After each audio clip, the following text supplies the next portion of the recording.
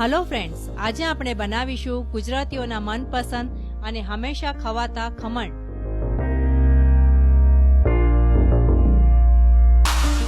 એક બાઉલમાં 1 કપ ચણાનો લોટ ચાળી લેશો। આ લોટને ચાળી લેવાથી ખમણ બનાવતી વખતે કોઈ લમ્સ નહીં રહે।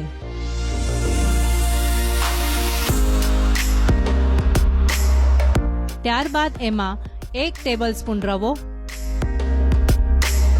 हाफ टीस्पून हळदर,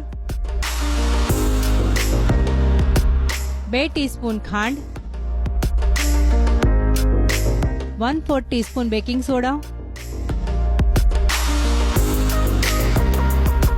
1/2 टीस्पून आदू અને લીલા મરચાની પેસ્ટ અને સ્વાદ પ્રમાણે મીઠું નાખી દઈશું।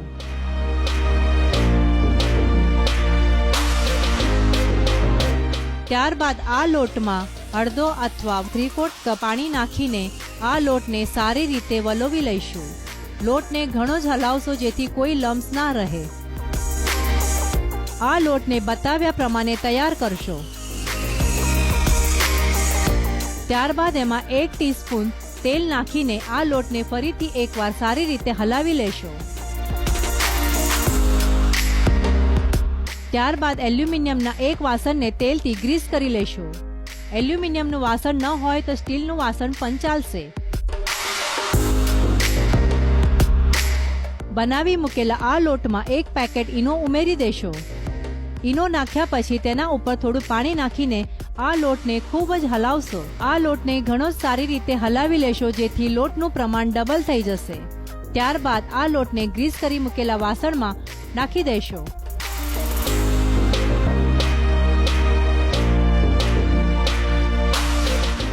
કુકરમાં થોડું પાણી લઈને એક સ્ટેન્ડ મૂકી દેશો।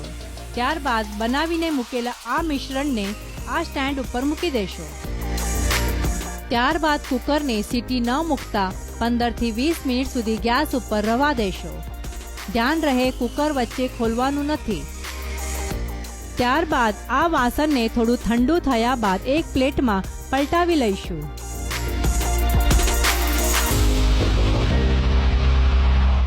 ત્યારબાદ એના ચોરસ ટુકડા કરી લઈશું।